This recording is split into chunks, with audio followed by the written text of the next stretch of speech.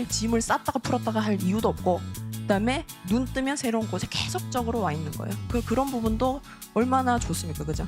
그래서 다양한 곳에 대한 체험이라든지 그런 것들에 대한 접근, 기회가 굉장히 크다.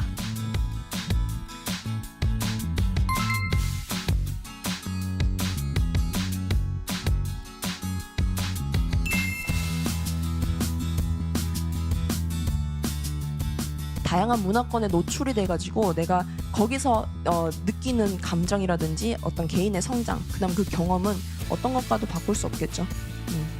그리고 특히나 요즘같이 글로벌 사회를 지향하는 이런 그 분위기에서는 굉장히 플러스적인 요소라고 저는 분명히 말씀을 좀 드리고 싶습니다.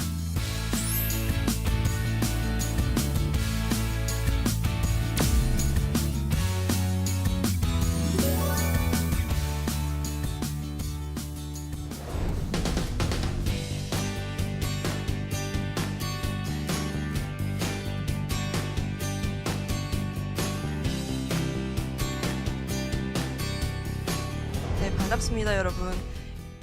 저는 아시아 항공 전문학교에서 지금 크루즈 관련해서 강의를 하고 있는 정주영 교수라고 합니다. 자, 지금 앞에 있는 대중 크루즈랑 또 프리미엄 크루즈 이렇게 두 가지로 분류를 크게 할 수 있고요. 대중 크루즈에 있는 저 세 개의 선사가 우리가 흔히 이야기하는 세계 3대 선사입니다. 오늘 요 수업이 끝나고 나면, 수업이라고 이야기하니까 조금 너무 딱딱한가요? 요 특강이 끝나고 나면 적어도 세계 3대 선사에 어떤 회사들이 있는지 정도는 좀 기억을 해주시기 바랍니다. 자, 첫 번째로는요, 카니발 크루즈라는 곳이 있는데, 저 회사 같은 경우에는 우리가 인수합병이라는 말이 있죠. 영어로는 뭐죠? 그렇지. M&A를 굉장히 활발하게 해가지고 작은 회사들을 다 합병을 해가지고 그 선대로서 그 회사 전체 계열, 그룹으로서 굉장히 큰 덩어리가 커서 세계 1대 선사라고 이야기를 합니다. 그 안에는 P&O라든지 뭐 코스타라든지 프린세스 크루즈라든지 우리가 흔히 들어봄직한 회사들을 계열로 다 갖고 있어요. 두 번째는 어디죠? 로열 캐리비안 크루즈. 네, 로열 캐리비안 인터내셔널 크루즈 라인입니다. 자, 저 회사는요, 세계에서 가장 큰, 세계 최초의, 뭐 세계 최대의 이런 타이틀을 굉장히 좋아합니다. 참고로 제가 이제 그 근무를 했던 곳이고요. 이런 타이틀을 좋아한다는 것은 그런 타이틀을 통해서 마케팅을 계속적으로 하고 있습니다. 자, 보시면 그러면 도대체 크루즈 관광이 지금 어느 정도의 위치에 있습니까? 라고 먼저 의문이 드실 거예요. 이 산업 자체가 지금 정책에 있는지 발전기에 있는지, 그죠? 도태되고 있는지 이 부분을 알아야 내 미래가 걸린 부분 아닙니까, 그죠? 그래서 2015년부터 3년간 사실 사업이 시작이 됐었는데 해보니 취업률이 엄청 높다는 거죠. 작년 기준으로 저희 그 아세아 항공도 저희 기관에서도 요 프로그램을 진행을 했었는데 작년 기준으로 합격률이 크루즈 선사의 합격률이 요 과정을 수료를 하고 합격을 한 친구들이 84%가 됐습니다. 자, 그러면 도대체 크루즈 승무원이 되면 어떤 점이 좋을까요? 제일 먼저 물어보면 항상 먼저 대답이 나오는 게 이겁니다. 여행하면서 돈 벌 수 있습니다. 그죠? 그거 이외에 또 어떤 점들이 있는지 하나하나 한번 볼까요? 제가 굳이 영어로 써놓은 이유는 아직까지 우리나라에 국적선이 있습니까? 없습니까? 있어요? 없어요? 있어요? 없어요? 모르겠어요. 아직까지 우리나라에 국적선은 없습니다. 있었는데 문을 닫았어요. 그래서 지금은 현재는 국적선이 없고 지금 다양한 기업에서 새로 국적선을 출범하기 위해서 이렇게 크루즈 성장이 계속되고 있고 산업적으로 탄탄하게 우리가 계속 이렇게 성장세에 있기 때문에 그렇다면 다시 한번 투자를 좀 해보면 좋지 않을까 해서 움직임들은 계속 있고 있어요. 그래서 지금은 우리가 취업할 수 있는 공간은 국제 선사들입니다. 아까 제가 말씀드린 그 세계 선사들 어디가 있었죠? 카니발 또 카니발 선대, 로열 캐리비안, 스타 크루즈, 기타 등등 엄청 많습니다, 여러분. 제일 그 기초적인 세 부분만 제가 소개를 드렸는데 그런 회사들은 전부 다 미국 베이스거나 아니면 미주 지역에서 이제 회사의 베이스가 있기 때문에 여러분들이 만약에 합격을 해서 근무를 하시게 된다면 의사소통을 할 때 그 도구에 언어의 도구에 어떤 언어를 사용할까요? 영어로 하게 됩니다. 그래서 인터뷰부터 시작해서 모든 프로세스가 업무 전달도 영어로 들을 것이고, 그다음에 업무를 진행을 할 때도 영어로 할 것이고, 모든 것들이 영어로 진행이 될 거예요. 그래서 조금이라도 도움이 되고자 제가 영어로 이렇게 준비를 좀 해봤습니다. 첫 번째 것부터 한번 볼까요? 모두가 알고 있는 여행을 하면서 돈을 번다. 그죠? 이건 누구라도 다 이제 이야기를 할 수 있는 거고, 두 번째, 이 부분은 제가 진짜 강조를 항상 하는 부분인데, 여러분들이 생각하는 크루즈 승무원은 한 번 계약을 하게 되면 얼마만큼 그 배 안에서 근무를 한다고 생각하세요? 최소 짧게는 한 5개월에서 10개월까지도 배 안에서 근무를 하세요. 한 번 타면, 배를 타면. 그래서 그 기간 동안은 주어진 역할이라든지 업무를 매일매일 반복을 하겠죠. 그렇기 때문에 그 부분을 또 어떤 언어로 합니까? 영어로 하게 됩니다. 그래서 영어에 좀 자신이 없어가지고 좀 쭈뼛쭈뼛 하던 친구들도 한 번 컨트랙을 갔다 오면요, 갑자기 막 자신감이 엄청 막 늘어나요. 그래서 배 내려가지고 휴가를 와가지고 이제 인사를 와갖고 교수님 이러면서 반 틈은 영어를 쓰고 반 틈은 예전에 박찬호가 처음에 메이저리그 나갔을 때 갔다 돌아왔을 때 인터뷰할 때 했던 그런 느낌으로 막 이러면서 굉장히 버터 냄새 나게, 그죠? 이렇게 자신감이 굉장히 상승을 합니다. 그래서 단기간에 다양한 경험과 그런 것들 자기 성장을 할 수 있기 때문에 이 부분은 제가 항상 강조를 하는 부분이에요. 그리고 5개월에서 10개월 정도 배를 탄다고 이야기를 했는데, 그러면 휴가는 언제 갑니까? 휴가는 타고 내려서 만약에 5개월 동안 근무를 하면 5개월이 끝나고 나서 한 6주에서 한 8주 정도 휴가를 가집니다. 그래서 휴가 기간이 굉장히 길죠. 그것도 하나의 장점이 될 수 있고요. 또 한번 세 번째 볼까요? 우리 국내 기업에서 내가 만약에 지원을 할 때 마케팅 부서로 들어왔어요. 그러면 난 퇴사할 때까지 보통은 어떤 부서에 근무를 합니까? 마케팅 부서. 근데 여러분 혹시 여기 들어올 때 입구에 제가 어떤 근무처에서 근무를 했는지 읽어보셨어요? 저는 배에서 한 5년 정도 있었는데요. 한 5개 정도 포지션을 커버를 했었어요. 그럼 1년에 한 번씩 옮겨 다녔을까요? 그건 아니고, 배라는 공간은 여러분들이 역량만 되고 그 다음에 준비만 되어 있으면 부서 간의 이동이 얼마든지 가능합니다. 그래서 저는 처음에 들어갈 때는 엔터테인먼트 부서로 들어갔다가 프로그램도 진행을 해보고, 그다음에 오퍼레이션이 배우고 싶어서 게스트 서비스, 프론트데스크 쪽에도 있었고요. 그 다음에 파이낸스 쪽에도 있었어요. 그래서 손님들의 계좌라든지 그 다음에 어카운트 관리도 했었습니다. 그래서 이렇게 다양한 것들을 경험을 해볼 수 있는데, 본인의 역량만 된다면, 본인의 의지만 있다면 얼마든지 성장을 굉장히 빠르게 할 수 있는 공간이다.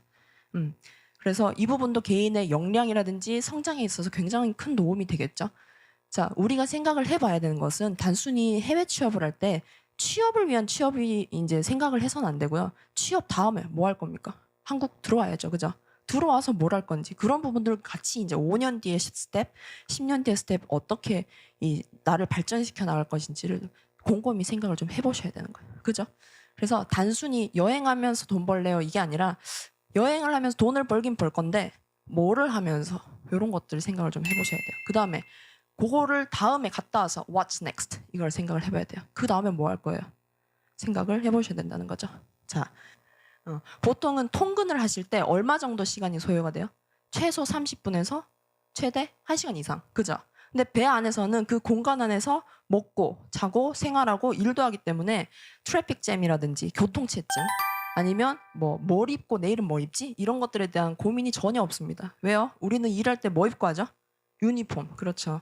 여학생들 내일 뭐 입고 가지? 나 옷 없는데 옷 사야 되는데. 그것도 또 하나의 지출 내역이 되는 거예요. 어제까지도 저는 고민했습니다. 내일 뭐 입고 가지? 그렇지만 제가 배에 있었다면 그런 걱정이 전혀 없는 거죠. 뭐 때문에요? 유니폼. 그 부분도 굉장히 큰 부분입니다. 그죠? 그래서 저는 예전에 배에 있을 때 짐을 싸라고 하면 옷을 3벌 이상 넣질 않았어요. 일단 파티를 할 때 입어야 되는 또 예쁜 드레스도 하나 넣어야 되고, 그 다음에 바깥에 왔다 갔다 놀러 갈 때 입을 옷 하나, 운동할 때 입을 옷 하나, 그 다예요. 그러고 가면 또 쇼핑 하잖아요, 우리, 그지? 그래서 그런 부분에 대한 전략이 굉장히 크더라는 거죠. 자, 그 다음에 Multinational Crew Working as a Team on Board. 자, 저는 8년 전에 근무를 처음 시작을 했습니다. 지금 아직도 크루즈 산업계에 있긴 하지만 제가 근무를 시작한 건 2010년이었어요. 그래서 배 생활을 시작을 했을 때 만났던 친구를 아직도 가족처럼 연락을 하고 있고, 그 친구들과의 그런 어떤 우리 프렌드십이라고 이야기를 하죠.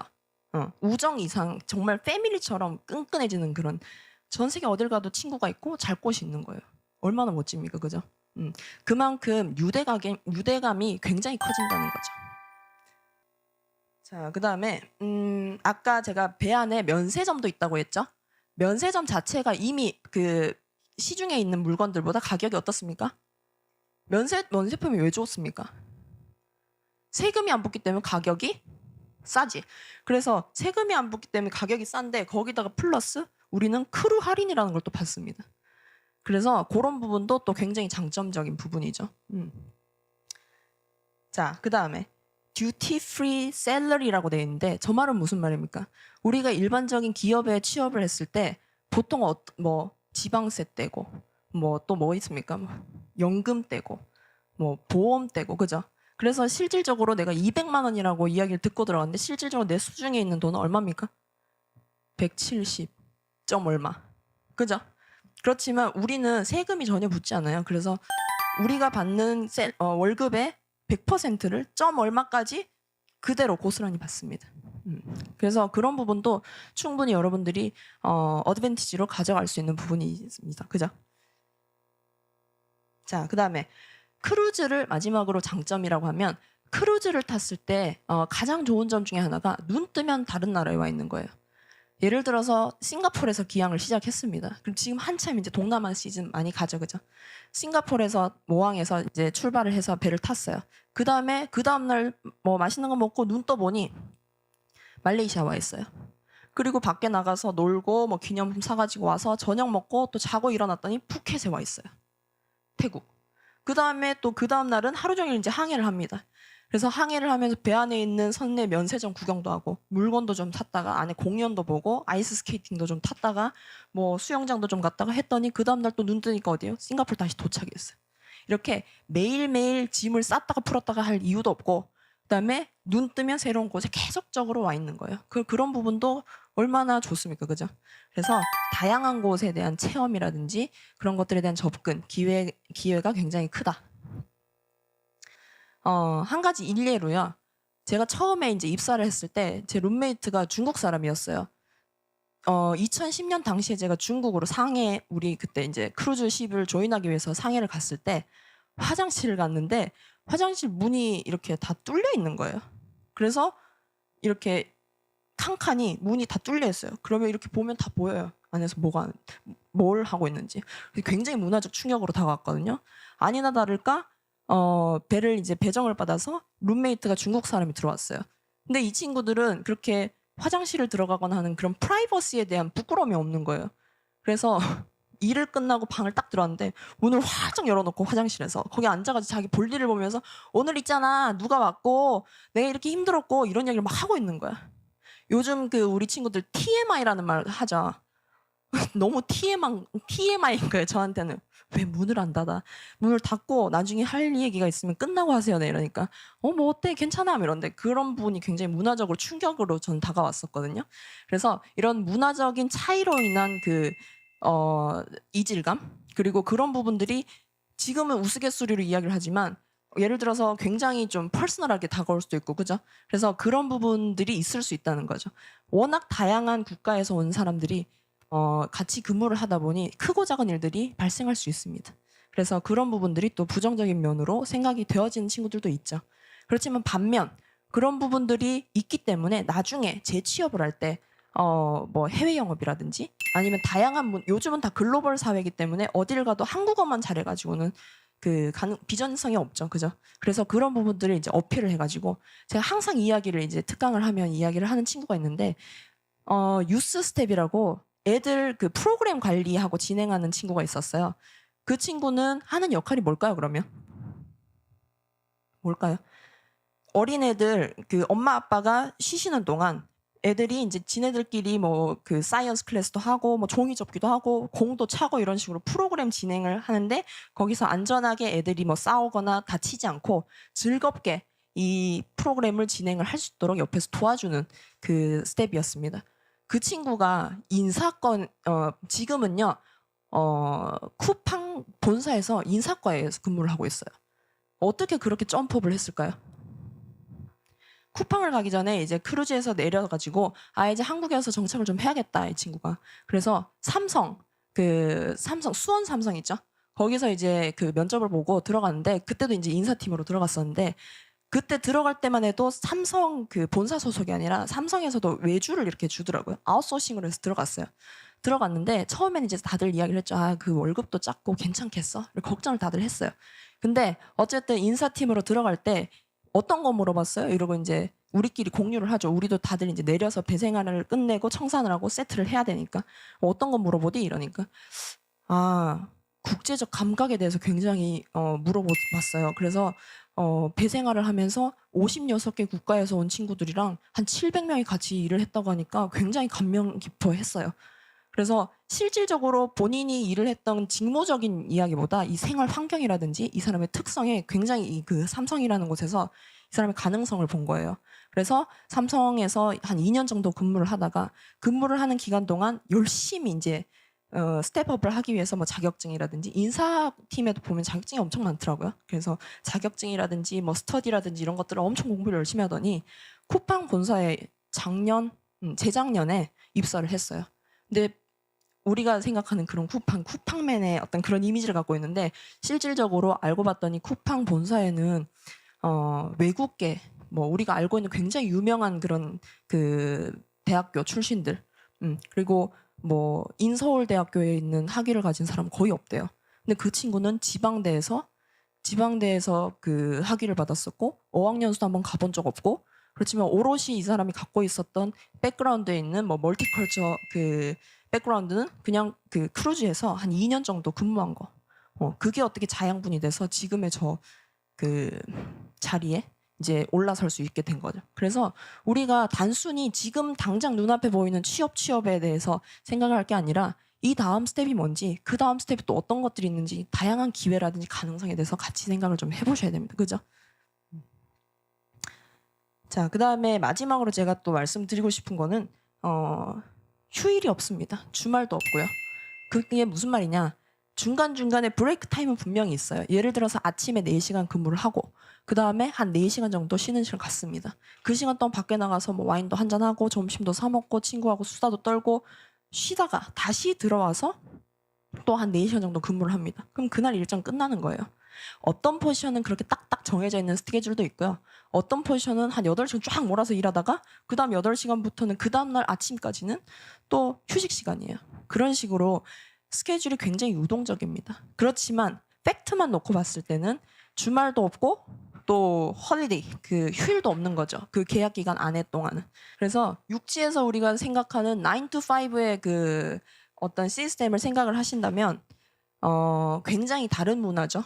그렇지만 그럼에도 불구하고 중간중간에 여러분들이 휴식을 취하거나 즐기실 수 있는 그런 기재 요소들은 반드시 안에 다 장치가 되어 있다는 것을 조금 강조해서 말씀을 드리고 싶습니다.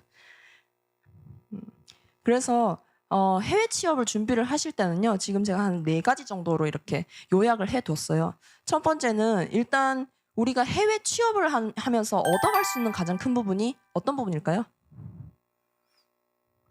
언어. 그죠? 어쨌든 해외에서 취업을 하게 되면 영어는 분명히 굉장히 본인이 취업하기 전보다는 훨씬 자유롭게 구사가 가능하십니다.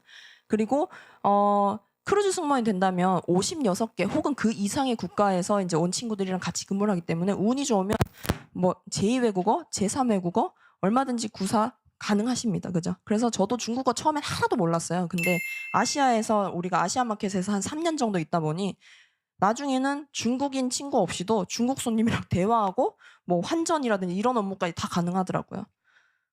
그래서 뭐 그 문정아 어학원 이런 데서 앉아가지고 공부하지 않더라도 실질적으로 내가 필요로 한 업무적인 제2외국어, 제3외국어 언어적인 부분에 있어서 분명한 성장이 있다는 건 내가 또 강조를 드리고 싶고요. 그 다음에 국제적인 감각과 경험. 그 외국인 친구라든지 다양한 문화권에 노출이 돼가지고 내가 거기서 느끼는 감정이라든지 어떤 개인의 성장, 그다음 그 경험은 어떤 것과도 바꿀 수 없겠죠. 그리고 특히나 요즘같이 글로벌 사회를 지향하는 이런 그 분위기에서는 굉장히 플러스적인 요소라고 저는 분명히 말씀을 좀 드리고 싶습니다. 자, 그다음에 자유로운 업무 환경이 있는데요. 우리 지금 국내에서 드라마만 보더라도 국내의 기업 문화가 어떻습니까? 굉장히 딱딱하죠.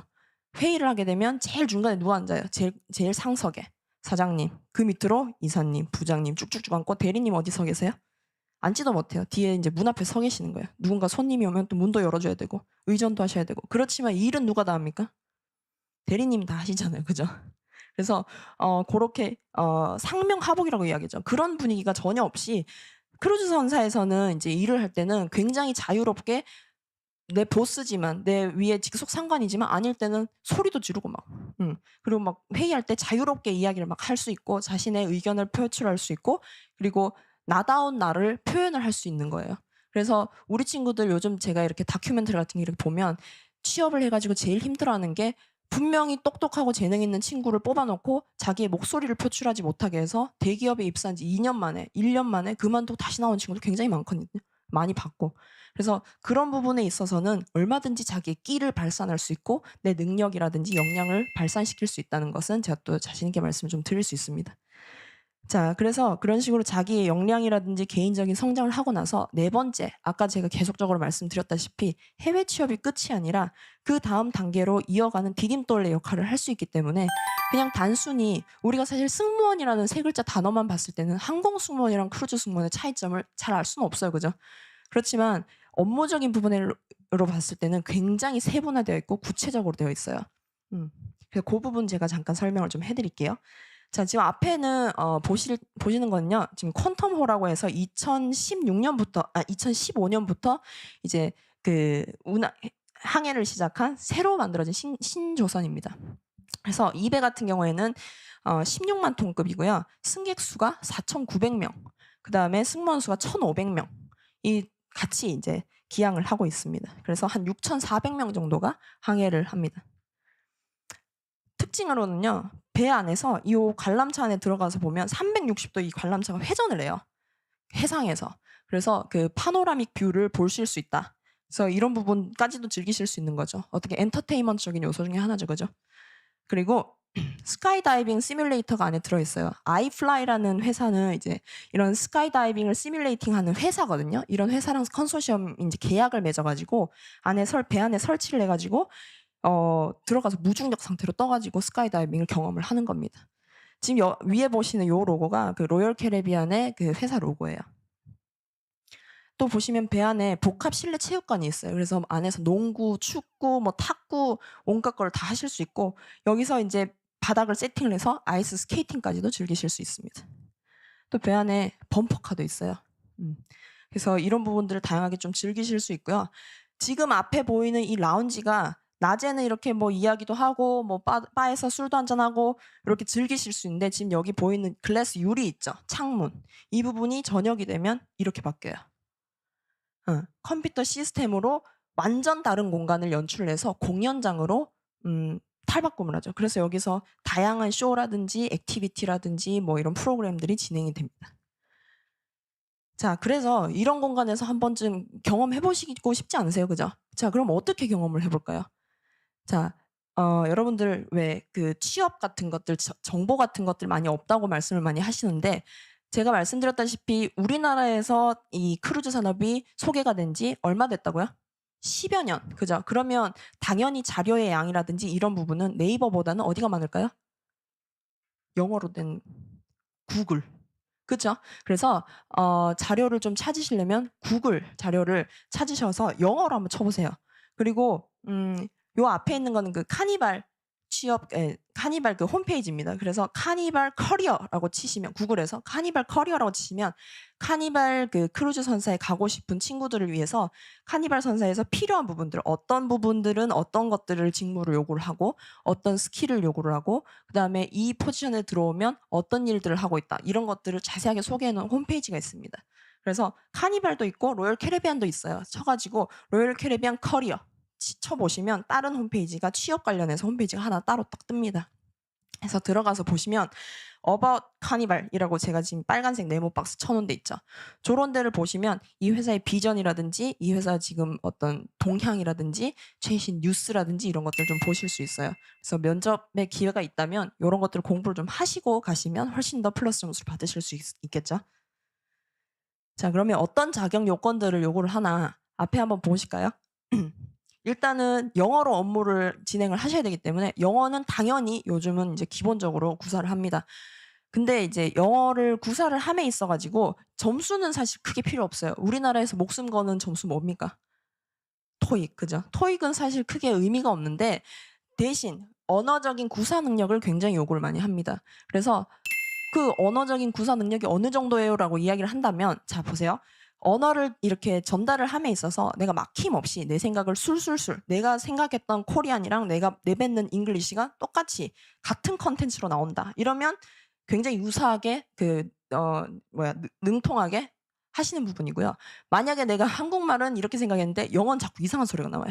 그럼 중급, 그죠? 근데 그조차도 안 되고 단어로 띄엄띄엄띄엄 이야기는 하는데 어쨌든 의사소통은 된다. 그러면 초급입니다. 그 정도로 좀 생각을 하시면 될 것 같아요. 어쨌든 내가 생각하는 부분을 상대방한테 전달을 할 때 있어서 내 생각을 어려운 단어를 쓰던 쓰지 않던 이건 크게 중요하지 않아요. 내 발음이 좋던 억양에 뭐 악센트에 코리안 악센트가 있던 이런 거는 크게 중요하지 않아요. 그렇지만 내가 전달하고자 하는 내용에 있어서 정확하게 구사를 해서 전달을 할 수 있다. 그러면 그 부분은 굉장히 능통하게 된다고 생각하시면 됩니다. 아시겠죠? 그리고 범죄 경력 이런 그 사항이 없어야 돼요. 예를 들어 저 음주운전 했는데요. 이런 거 다 나옵니다, 나중에. 그래서 뭐 예전에 벌금 냈어요. 이런 것들 나중에 조사하면 다 나와요. 그래서 그런 부분들 잘 레코드 경력들을 잘 좀 정리를 해두시고, 그 다음에 몸에 문신이 없는 자라고 나와 있는데 선사에 따라서 조금 다르긴 하는데 특히 아시아 베이스에 있는 선사가 어떤 부분이 있다 했죠?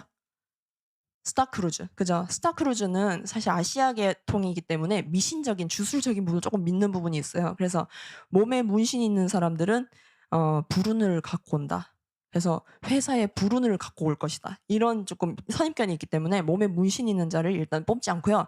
그 다음에 미관적으로 봤을 때도 서비스를 제공하는 입장에서 손이라든지 목이라든지 뭐 얼굴에 문신이 있다 이러면 깨끗하거나 깔끔한 이미지를 보이지 않잖아요. 그죠? 그래서 선사에서 요즘 사실 레터링 뭐 이런 것들 굉장히 유행이잖아요. 그래서 문신을 많이들 하시는데 만약에 유니폼을 입었을 때 몸에 있긴 한데 보이지 않는다. 이런 크게 문제는 없습니다. 그렇지만 뭐 손이라든지 보이는 부분에 문신이 있다 하면 그 부분은 조금 문제가 될 수 있을 거예요. 그래서 그거는 조금 주의를 하시면 좋을 것 같아요.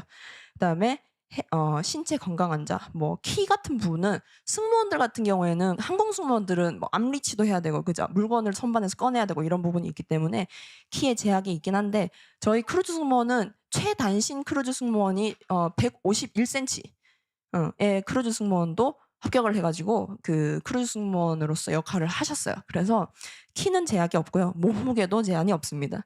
항공 승무원들은 왜 몸무게에 제한이 있을까요? 어떤 것과 직결해서 연관이 있어요? 무거우면 그만큼 연료를 많이 써야 되잖아요. 그래서 항공사에서 그런 부분들에 대한 그 부담감이 있기 때문에 그 뜰 때 무거우면 더 많은 연료들을 소모를 하겠죠. 그죠? 그래서 그런 부분이 있는데 크루즈 선사 같은 경우에는 6,000명, 10,000명씩 움직이는데 내가 10km 더 나간다고 덜 나간다고 크게 영향 없습니다. 그죠? 그래서 자유롭게 그런 부분들은 생각을 좀 하시면 됩니다. 자, 그다음에 얼굴이라든지 보이는 부분에 상처가 있으면 또 조금 제약이 있습니다. 자, 그럼 어떤 인재상들을 요구를 하는지 좀 봅시다.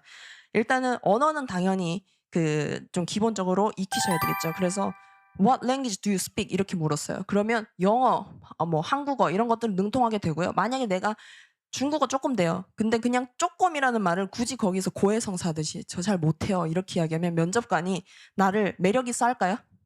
차라리 내가 할 수 있는 부분을 딱 범위를 주고 저는요 잘은 못하는데 뭐 로케이션 정도, 디렉션 정도, 방향 설명할 수 있고 날씨 어떤지 설명할 수 있고 뭐 숫자 숫자 이야기할 수 있고 이런 식으로 내가 이야기할 수 있는 범위를 딱 이야기를 더 해주면 오히려 면접관이 아 그래요 그럼 네가 요 정도 수준이겠네 하고 이제 판단을 할 수 있겠죠.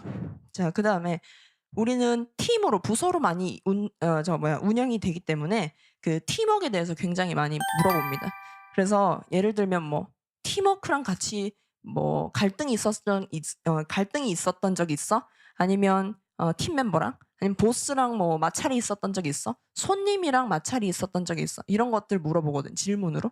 그러면 이제 본인이 갖고 있었던 그런 익스피리언스에 기반을 해가지고 경험적인 부분을 기반을 해서 이야기를 하시면 되고요. 그 다음에 얼마나 이 친구가 산업계에서 이 서비스 산업에서 경력들이 있었는지를 직접적으로 어디에서 몇 년 이거를 보고 판단하지 않아요. 롤플레이를 던져놓고 이런 질문을 예를 들어서 볼까요?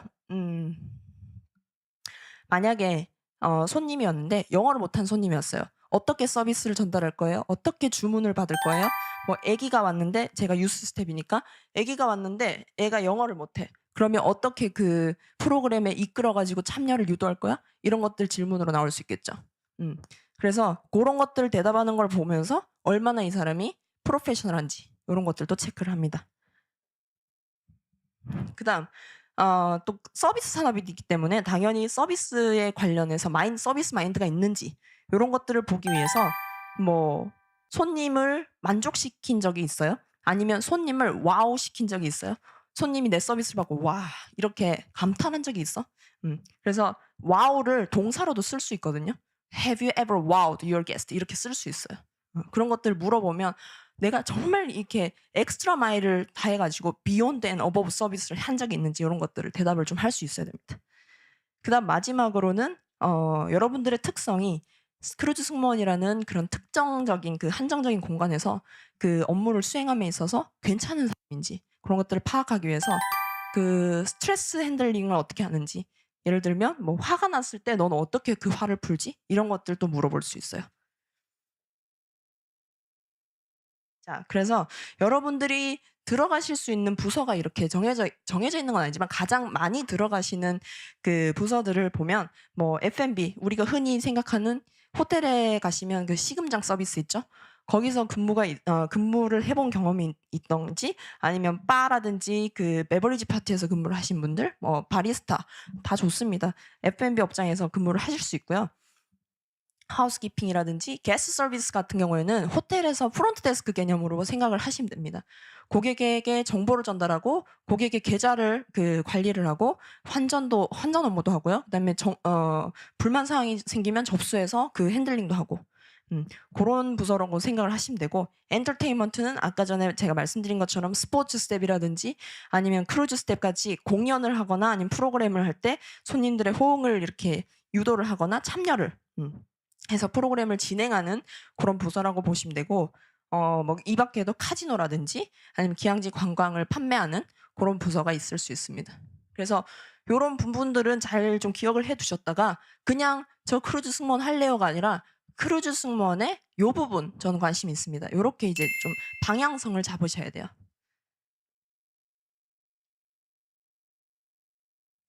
자, 그래서 어떤 절차에 따라서 그러면 이 부분이 진행이 되는지 한번 볼까요?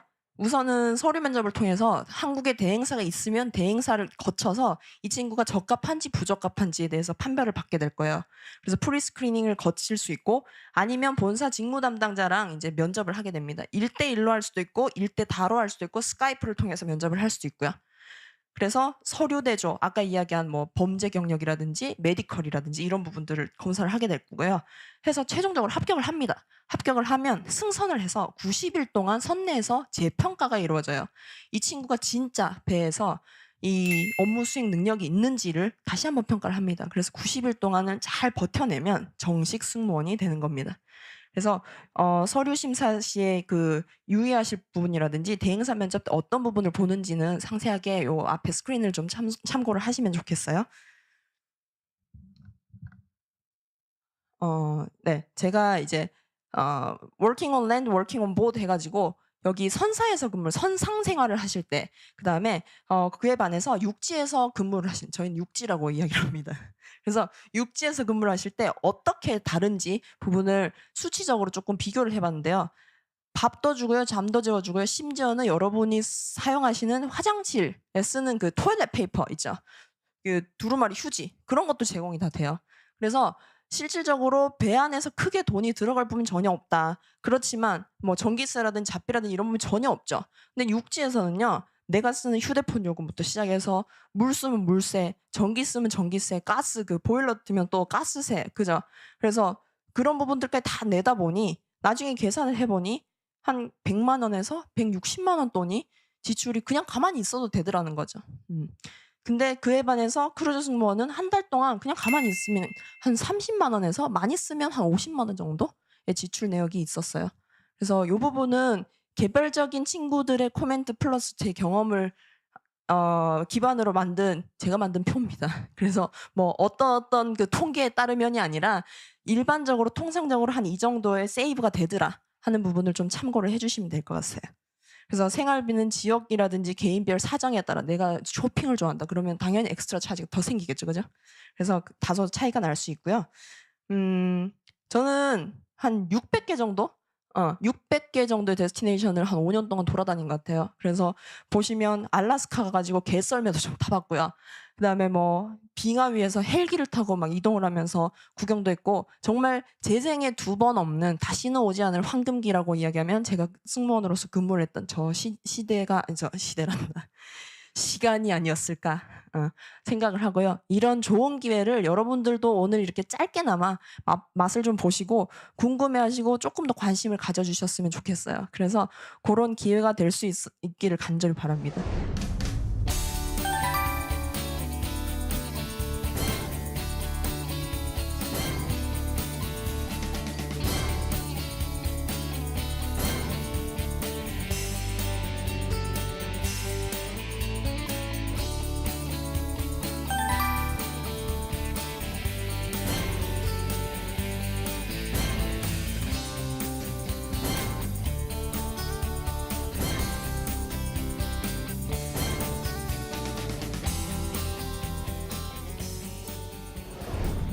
네, 여기서 마치도록 하겠습니다.